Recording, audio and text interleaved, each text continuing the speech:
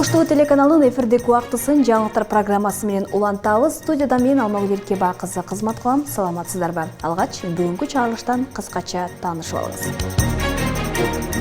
Оштогу мектепте окуучунун өлүмү боюнча бир катар жооптуу адамдар иштен алынды. Окуя боюнча кылмыш иши козголду.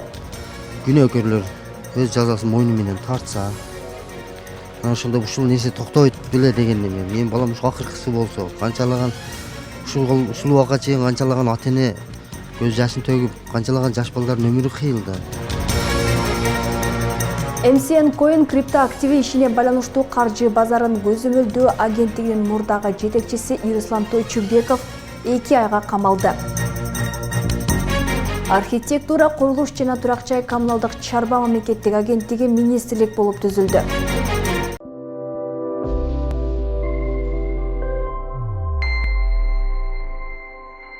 Урматтуу мекендештер, Москва шаарында эмгектенип жүргөн мигрант жарандар азыркы күндө Москва шаарында эң эле көйгөйлүү маселе документ иштери. Жаңы келгендерге турак жайга каттоону узартуу, базада жок болсо каттоо, ошондой эле эмгек келишими, медициналык китепче, ИНН, СИНИЛС, ДМС, паспорт котору кара тизмеден текшеребиз. Айып пул, базадан текшерүү жана да Вайлберске керектүү документтерди даярдап беребиз. Биздин дарек метро Павлецкая. Байланыш үчүн +7 977 736 15 87 WhatsApp номерине кайрылыңыздар. Сиздерге кызмат көрсөткөн адис Ажакбар жигитибиз.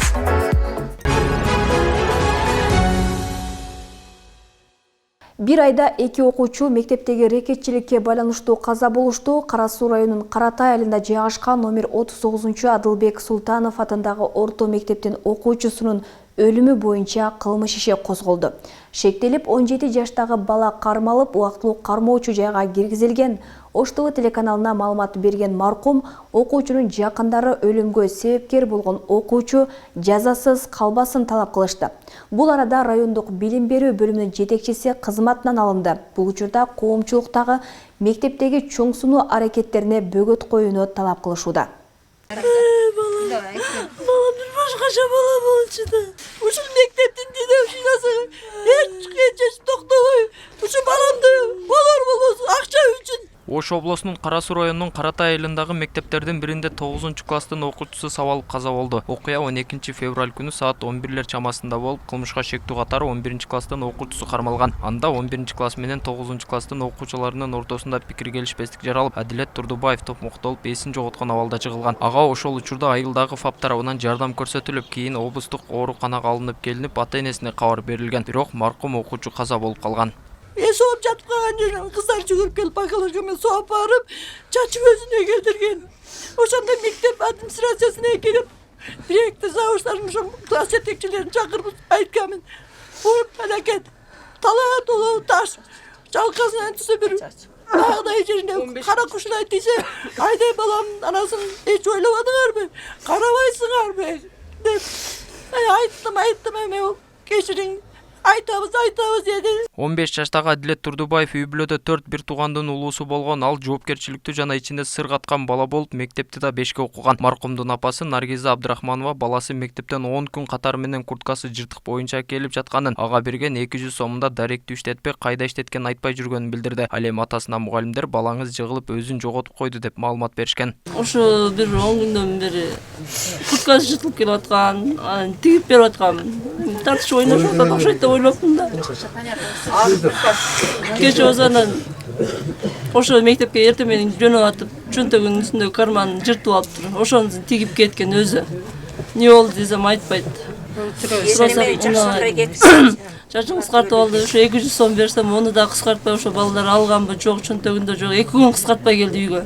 Bir жерим оорутат, деп эле келет. Bir жерим оорутат, деп эле келет. 2 күн, 3-чү күн акыры өлүп келди да, 200 сому жок. Ошол мектепте көбүрөөк жатып калган да. Мен азыр ошо ички иштер бөлүмүндө дагы кайрылмакмын. Мына ушул мектептин директорун, ушул мугалимдерди жалган маалымат берип, балаңыз кетип атып эле жыгылып калды деп жалган маалымат көрсөткөндүгү үчүн ошолорду жоопко тартышын мен суранып өтөм. Экинчи, мынау айылдык дарыгер ФАПтагы врачтардын да ошо врачтын жалган маалымат көрсөткөнүн мунун азган эле ушуна учетто турат эле деп жалган маалыматтарды берип эме кылган үчүн ошолорго дагы чара көрүшүн мен суранып кетет элем. Бүгүн окуучунун сөөгү жерге берилди. Эл чогулган жайда кылмышка шектелген окуучунун ата-энелери да келишкен, бирок алар бул окуя боюнча маалымат берүүнү каалаган жок. Азыр боло берет, ошо комментарий берип койсоңуздар эле болот. Азыр шектелип аткан баланын атасы.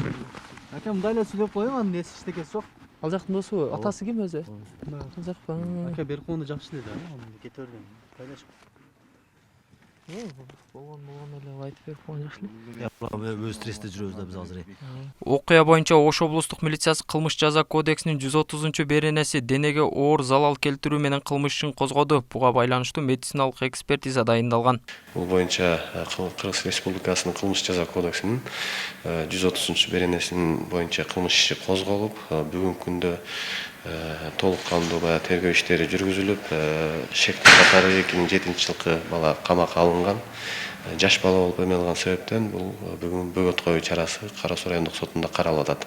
Бул учурда мектеп жааматынан Кара Суу райондук ички иштер бөлүмүнүн бир нече кызматкерлерине мугалимдер окуя боюнча түшүнүк кат жазып беришти. Ал эми мектеп директорун иш ордунан табылган жок. Күндүн экинчи жарымында мектеп директору менен бирге 6 мугалим жана райондук билим берүү бөлүмүнүн башчысы кызматынан алынганы маалым болду. Ал эми мектептеги мугалимдер окуя боюнча айтып бере алышкан жок.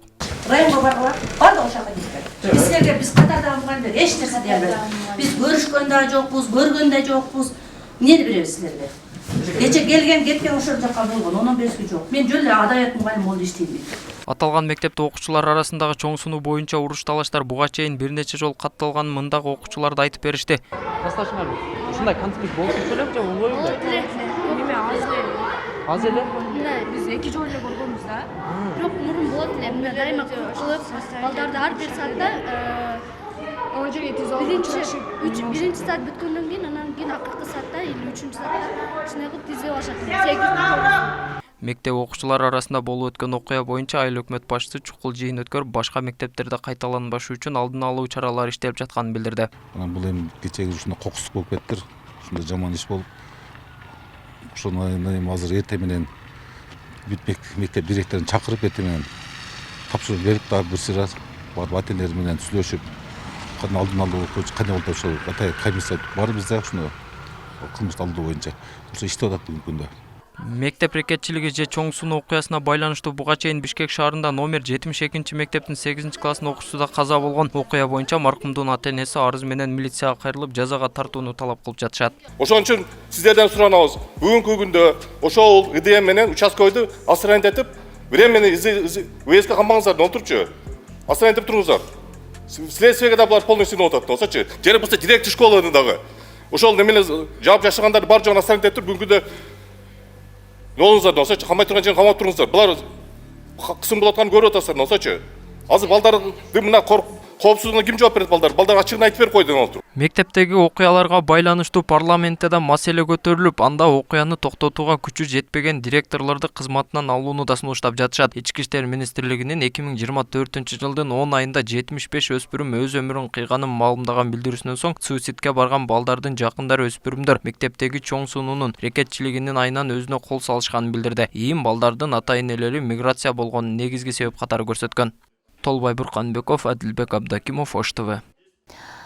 Болуп өткөн окуяга байланыштуу Жогорку кеңештин депутаты Эрнис Айдаралиев министрлер кабинетин жана ички иштер министрлигин орто мектептердеги чоң сунууга, рекетчиликке каршы күрөштү күчөтүүгө чакырды. Бул тууралуу ал парламенттин жыйынында маселе көтөрүп, акыркы убакытта эле ур токмоктон 2 окуучу каза болгонун айтты. 4 бала рекетчилик кылып апарып, туалеттен ички органына катуураак уруп койгон экен, вскрытие кылганда. Дыханиясына жетпей калып, дем жетпей калып, үзүлүптүр туалетте. 1,5 сааттан ашык туалетте жаткан бала. А бул жерде мугалимдер, жетекчилер, директор буну жашырып атышат экен да.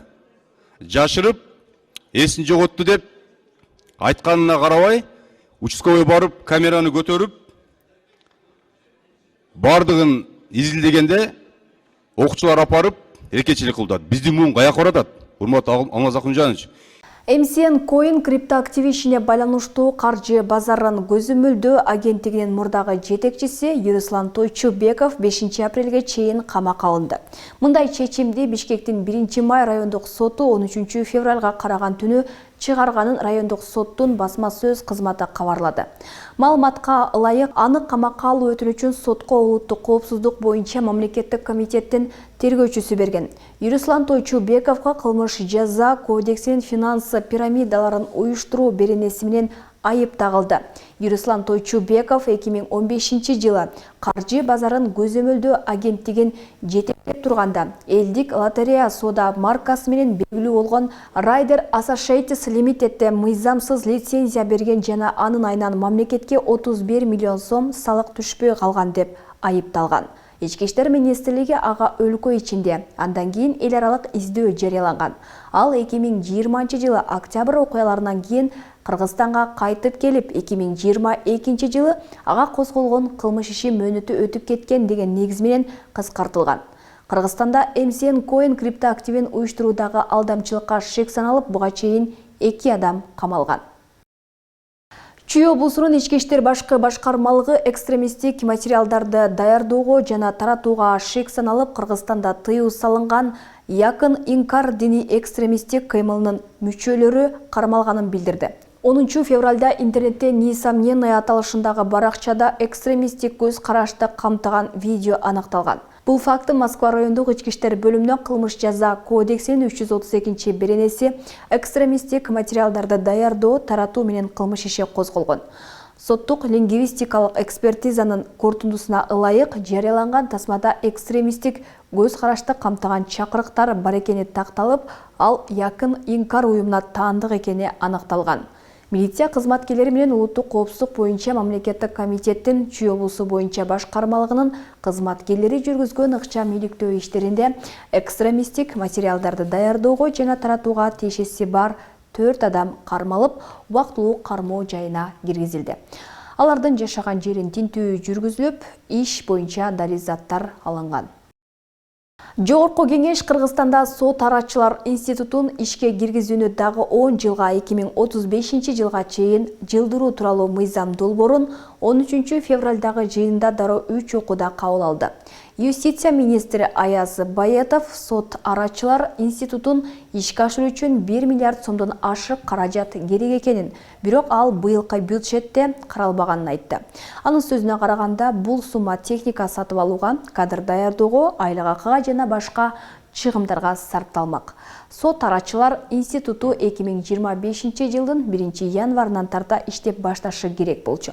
Эгер ал иштесе, оор жана өтө оор кылмышка шек саналып, жаткан адам анын ишин сот арачылары карасын деп өтүнүч келтирип, колдоо тапса, ишти сот арачылары карамак.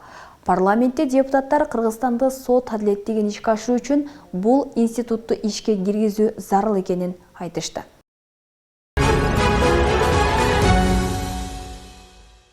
Өтүп атабыз да. Биздин мамлекет башчыбыздын урматтуу Садыр Нуркожоевичтин чечими болду.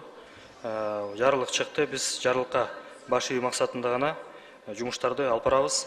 Буга чейин өлкөдөгү курулуш тармагын көзөмөлгө алган агенттик эми министрлик болуп калды. Жарылыкка президент Садыр Жапаров кол койгон. Жаңы түптөлгөн министрликти ал агенттик болуп турганда жетектеп келген Нурдан Орунтаев башкармай болууда. Бүгүн анын талапкерлиги жогорку кеңеште каралып, 75 депутат колдоп, каршы добуш берилген жок. Бир мамлекеттик органды министрликке айлантканда бул зарылчылыктар келип чыгат да.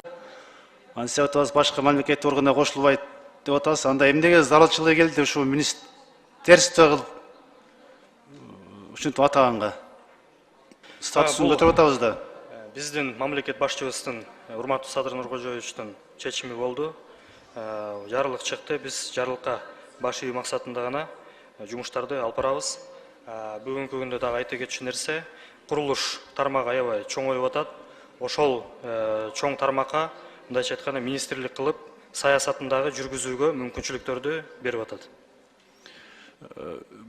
Мүмкүнчүлүгүңүздөр кеңейип атабы азыр? Мүмкүнчүлүк кеңейип атат. Башкы архитектура азыр кимге башчайт? Мэриягабы же сиздергеби? Азыркы учурда Бишкек шаардык архитектура органы министрликтин алдында. бирок оперативдик управление Бишкек шаарынын мэриясында. Муну менен курулуш министрлиги өлкөдөгү 17-чи министрлик болуп калды. Буга чейин өлкөдө 16 министрлик болгон. Мындай кадам тармакты натыйжалуу өнүктүрүүгө жол ачып, курулуш тармагын күчтөндүрүү аракети катары баланып жатат. Анда агенттик болуп тургандагы штаттар кыскартылбай жана финансылык чыгымдарга жол берилбеси айтылды. Гострой эле миссия сайын чарбасы болуп калды, туурабы? Туура айтасыз. Ошондо баягы биз бюджетте караган Гостройдун бюджети ошол бойдон калды. Туура. Анда жакшы экен, зданияңар бар, штатыңар бүт баары белгилүү. Туура. Бүт единица өзүңөр менен калып атат, баягы транспорт бүт бар тең, Туура. Оборудование өзүңөрдүкү, компьютерлердин бар тең. Туура.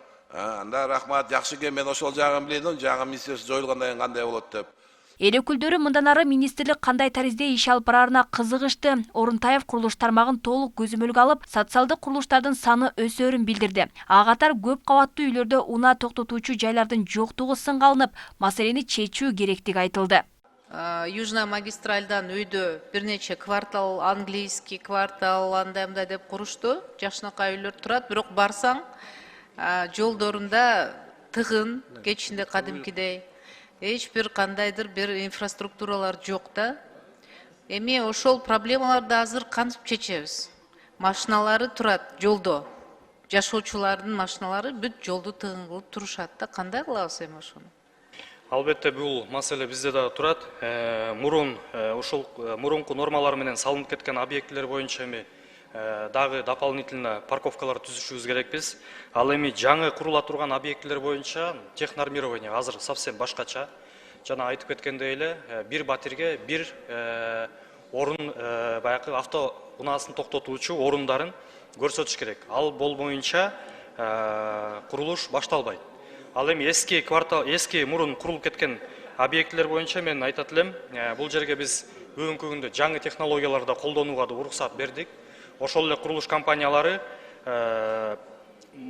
жанагындай лифтовой автопарковкаларда колдонууга да уруксатын берип атабыз. Ошолор аркылуу чечсек болот го деп мен ойлойм. Буга чейин агенттик башаламан салынган курулуштарды аныктап, текшерүүлөрдү күчөтүп келген. Мыйзамсыз салынган көп кабаттуу үйлөр аныкталып, аларды мыйзамдаштыруу аракеттерин баштаган. Бирок айрым учурда курулушту толук көзөмөлдөөдө укуктары чектелип калгандыгын айтышат. Мындан улам министрлик кылып түзүү муктаждыгы жаралып келгенин айтышат. Эгер министрлик кылып алган болсо, значит бул башка бир агенттик катары кээ бир жерлерде может ошондой ишти аткарууга мүмкүнчүлүгү болбой аткандыр эле. Бир нече бандай структуранын биргелешкен бир чечим болсо, бул жерде өз жалгыз чечим кабыл алат да уже. Өзү кабыл албаса дагы жогору кеңешке же жанагындай өкмөткө бандай сунушун бере алат деп ойлойм да. Акыркы учурда өлкөдө курулуштардын көлөмү өсүүдө. Ага катар Кыргызстанда жалпы 277 турак жай жана коммерциялык объектинин курулушу мыйзамсыз деп табылган. Бишкекте алардын 15-и мыйзамдаштырылган. Алмагүлерке, Байгызы Мирбек Конобаев, Ош ТВ. Жогорку кеңеш 13 февралдагы отурумда талаш жараткан жер кодексинин жаңы редакциясын 3-окууда кабыл алды. Ал эми президентке кол коюу үчүн жөнөтүлөт.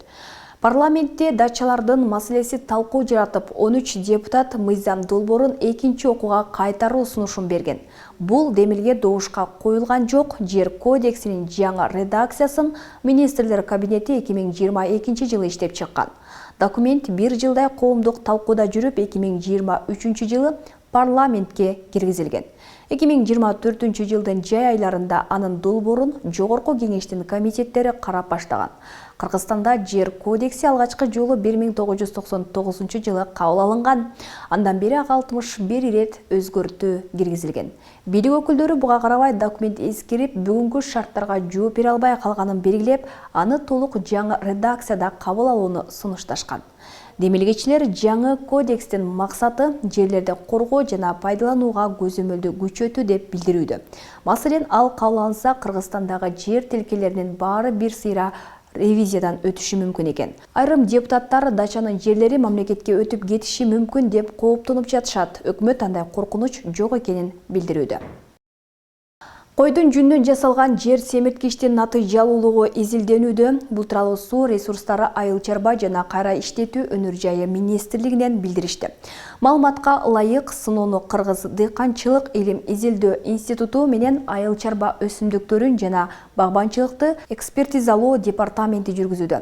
Сокулуктагы кант кызылчасы боюнча тажрыйбалык 4 гектар жерге кой жүнүнөн жасалган жер семирткичтин 4 түрү күздүк буудайга жана күздүк арпага гектарына 600 кг, 500 кг жана 400 кг себилди. Натыйжа сугат мезгилинде алынат. Көчөттөр пайда болгондон баштап түшүм жыйноого чейин фенологиялык байкоолор жүргүзүлөт. Бул жер семирткичтин өсүмдүктөргө тийгизген таасирин талдөөгө мүмкүндүк берет деп жазылган маалыматта.